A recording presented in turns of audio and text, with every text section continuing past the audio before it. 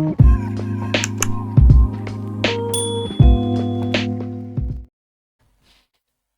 chi pai le vek ule you dai sa video sei tuk lo kan siam le kan tum anga import chung chang ani a trend khat progression activities zo to te kan oma kan video ma sa khan progression activities kha zo engani lo ti sorry import kha lo khoi lo tur kha ang deuh kha kan soina ma ro chu khoi thei lo ani lova a khoi thei renga ama ro chu progression activities kan zo rual lo chuan kan valak tu mate kha kanwa import tu mate kha progression activities an la zo ve si lo chuan ati thei chuang lo chu wang chuan rual khai deuh le khan ti tu mina ti vel te kha kan han soi kha ani a chu ama ro chu then khat zo to ten import ta khan import dan ve na khan zo na engemaw kan han nei ta ka wangin import chung changa hian video kan siam don ani chuan video kan siam ma in state project office atangin notification ron chuaka han en thuak taila hei hi ni a han notification a hi hei hi ni somni pathum june sang ni somni panga a chuaka ni a in zia dani chiar thuakila ni somni nge ni udais 2024-25 kha certification velti zo to nia 25-24 kha an 25-26 kha an hong le ta a Mizoram should be complete by August sang ni somni pani August sang ni somni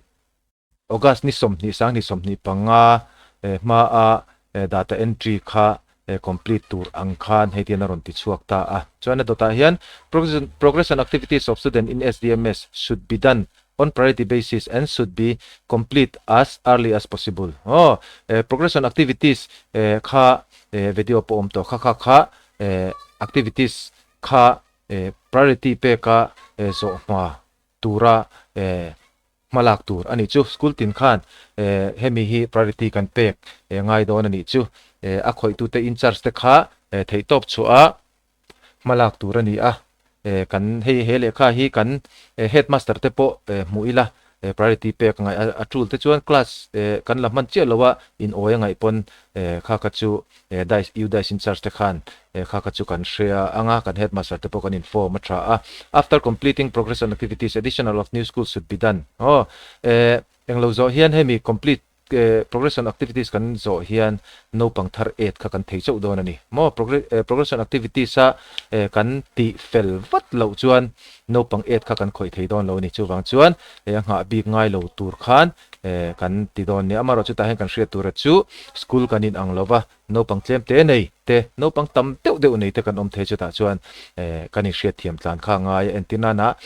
kan finalize kan no pang valak lu duwa kha an lo la finalize lo the ni kha finalize to rovin nor tu chi ni lem lova achan chu no pang private school ate phei chuan le nge no pang zathum zali chuang nei ten oma kha ngo khai nor tu chi ni chuang lo kha la kha chu kan in thiam tur angai teila englo anga vsk anga va drop tur vati kha khatiang khatil thil ti chi kha ni lutuk lo mai the ni amaro chu school atu te point priority ro chu kan pe ka ngai ni school profile student profile facility profile and facilities le teachers should be captured using udais data capture format 24 as per attached mo profile student profile te profile and facilities te teacher data te kha should be captured using only udais hemi udais mang hian an la to don ti anron soi vele ani hi planatan po ni mai thaye chuan school directory user management is also now open in which new school required module is open mo tuna hian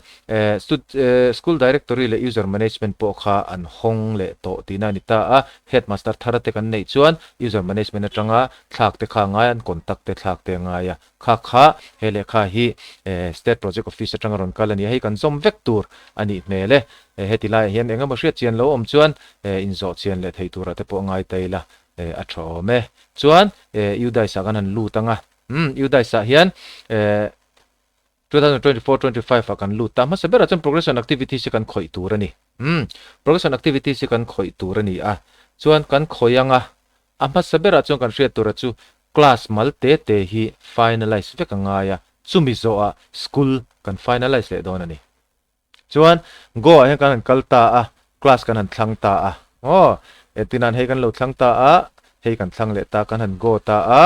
chuan ta hian thlan tur kha lo om ta a mo ti tur kha lo om ta a kan han ti thazar zar ta kan update char ta a kan update char ta a class khat mo hei eting te poin en ta ula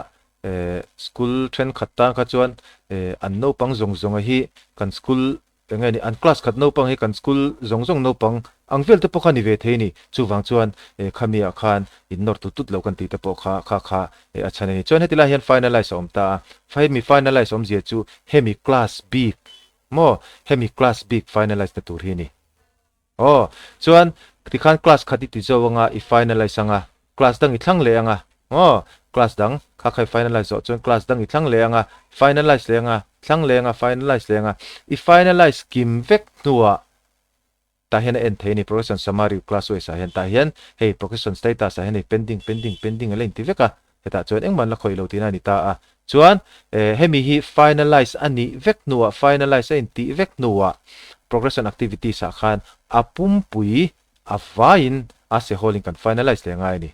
finalize progression kan tianga chuan heta hian finalized progression for academic 2024-25 24 nikuma kan no pangte kha progression activities kan tia kan school a lut te kan lut lang tira a chuak te kan chuak tir ta a heta kan hriattur chu hetilaya video ma sa po khan ka soi thuak to a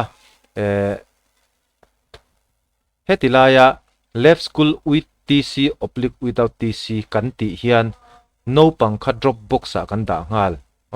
ashana he no pang hi dropbox a zuda le ngai to lo hemi kan thlan hian dropbox a kan da ngal chu hriattur chuan finalized progression ni ta ni kuma no pang te kha dropbox a then kan da a then kan school a kan lu som tira khami nu khan a school a class zong kan finalize vek nuwa a school khan finalize le ngai ta a mar chu ta hian hriattur om ta ni please read the following points before completing of progression module hey he is submit ma in mo hei hi chair podro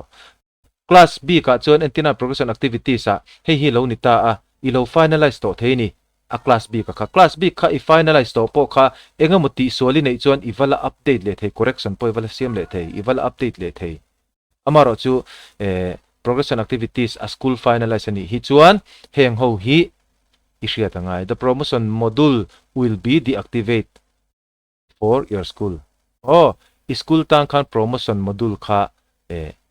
pass tir le fail tir ti vela kha I khoi dang lam thei to don lo deactivate to don mo I pakhat no pang pakhat kha I lo pass tir kha a lo fail le si mo no pang fail a ida kha I lo pass tir lo pass le si ni khajong kha kai siam tha thei to don hemi submit to chuan panhina import module will be activate for your school hemi I finalize chia hian import ti khoi thei chawang pathumna no additional will be permitted for any student achunga miyang deuh khan additional no pangkha engani amak kha kalo ti sol pala chuwang chuan ti siam thatle ka tuma kalo finalize to city kha om tur ni lo no pangkha uluk deun check routin trend khathi chuan hitila han kan soitel do chu an number of school attendte an mark te kan phu mai thina phu lo tur he an data hi udai som chung chuan om to don chuwang chuan adik lova data in fill up kha nakina no pangta na poi thei mo he tilaya phaya te school kalte du ta se an yearly an mark ate an attendance te kha an en du theya kha udai satang he en theya chuwang chuan kha engeni ishiat lo wanga amak te lo pek chiat mai kha chuan no pangin an tur thei chuwang chuan adik tak information dik tak if it ram do ne ta hian the activities for the current academic year will be enabled for your school activities kuminata na nikuma progression activities if final is submit chia hian kumin activities at tran thei chia ni dot lea once the progression module has been marked as complete it will not be reopened during academic year voi khat I submit to chuan complete angin zia kanga kumin chunga tan honani to don lo chu chin thadon ya chuan I hereby click anga adik vekani chuan in submit ang chuan in submit zota a important khoi thei ka chi ani chuan import ta kan lutang import ta hian chi thu ma oma Dropbox kan sei thua kanga Dropbox hi a om zia chu no pangkha a pen number te date of a pen number te shalota a khoi school atanga ron kal nge ti ishiat chuan he Dropbox li satang hian no pangkha iwa en the an drop to le to lo kha iwa en the ni chu chu go han ti ta la ta hen an school u dais code ni kuma askal a school kal na u dais code kha ishiat chuan mo entinana ani lo hei hi lo ni ta a in filter ta hei ta hian an Dropbox no pangkha iwa en the ni mo an school u dais code atangin ani lo pon an school u dais code ni kher lo pon tila hian an school u dais code share lo pon Mizoram state dang te poi ho izong the nia Champhai district lo ni ta a Champhai block a school a hen khoi ber nge Champhai PS4 hetami hi tatang rongkal ni chon search in enanga hetilai an Dropbox a hian no pang du kha lo om to em a om to chuan Dropbox list tang no pang iwazong thei kha inactive student le Dropbox list ani chuan import from outside om le ta a hei nei zeu kan om mai theya kan soi thua kanga a thil pakhat lek tila hen an state ti in thlan dik nge angai anon kalna state a kha mo student pen le date of birth po shemala a state hi i thlan dik lo chuan aron display lowang chu thredonia chuan dot le import inside the state mo Mizoram chunga kan import tu ni chuan masabera chuan no pang kan import don chuan a student pen le date of birth kan mamo nge chu kan thredonia student pen le date of birth ishiat chuan I import ngal thei kan ti chinang 2200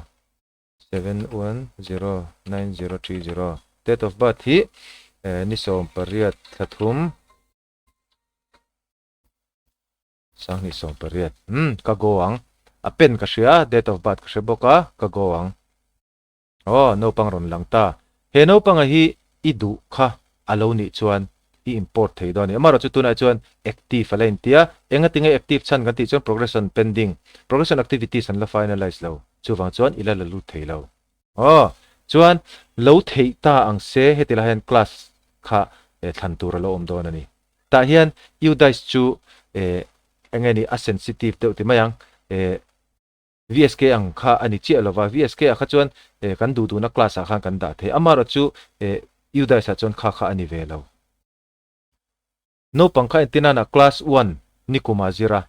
aron pasta class 2 ba ka kal theilo mo nangmani school apo khan ni se progression activity si khoilai khan class 1 no pangkha I promote ta class 2 ba ka chho theilo I import pon class 1 no pang Dropbox mi khak nikum class 1 no pang promote ni chong class 2 ba gi la lu theilo amar chu kha no pang khan pola lo bo kana class 2 bo kana class 3 a om don chuan progression activities a khan school a lu le tho pon class 2 I da photang amo I import chuan class 1 a pasa class 2 a I import photang chuan nangma skula ilak lu a om fel nuwa BRC a I report anga hei hi class 3 tu class min sif sakro class 3 a kumina class 2 ania pol bo kana vai class 3 om tur ania class 3 min sif sakro tianga BRC nan lo sif sakang cheu school in access in nei lo chu kan shedon ania class 1 pass ka class 3 lak lu hal top kan thei chu kan tum chona thei lo mo progression activities sa po class 1 pass ka class 3 da kan tum chona thei lo class 2 a lut photanga chumi nuwa BRC in sif class mangin an lo ti sak thein cheu kha alo ni ta ni chuan student kha an pen ishalo ta a amaro chu adar ran nei ta ni adar mangin an student pen le an date of birth kan zongang chumi kan ti don chuan student pen kan lo shalo ta a date of birth chu adar an nei chuan a om mei don ta a mo chumi ni chuan get pen and date of birth om le ta get pen and date of birth kan lu tanga Adar number kan chuang Adar number kan chuang Adar number hi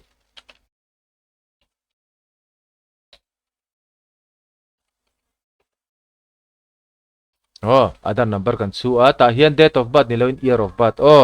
akum chau chutur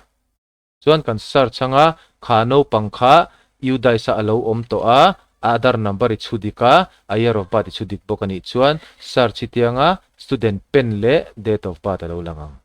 oh student pen nei to chuan headline student pen chulu tanga date of birth nen hian headline chulu tanga na china kan ti ang khan i go anga i import tur kha no pangkha lo langang maro chu active lo la ni chuan ila la lut thei lo kha import dawna hriattur pawimawh te chu ni ta a ka soi to ang khan ino pang import tur kha progression activities an la pendinga zuknor tutut su man model khan an lo ti ve thei tho no pang tam tak an lo nei thei chu wang chuan kha kan hratel do ne man mo tutut a zukin nor tutut amo zukin ti wa ka kha zukin press wa ka kha achi chuang lo progression activities khoi tur tam tak ne nom thei no pang somni somthum lek han ti me trong moi lo ni lo ta somni somthum vel nei ta kha chon kan zo zung zung thei a no pang zani je thum nei te no pang zani chuang nei te khatiang khan om thei kha chon an khoi rei deuh don in charge pakhat chaw ni phei chuan chu wang chuan kha in nor tu chi ni lo wa amaro chu a khoi tu tur te po in muang chang lovin kan khoi hram angai SPD tangin order kan muto a priority pe turin min ti a chu wang chuan a chak theiang ber kan khoi ro chu angai ti kan hredon nia ti khan kha import chung changa kan soi thei mai chu ani a engemaw har satna om ni chuan kanin zo chun zom le zel tur angai la a tha ome kalome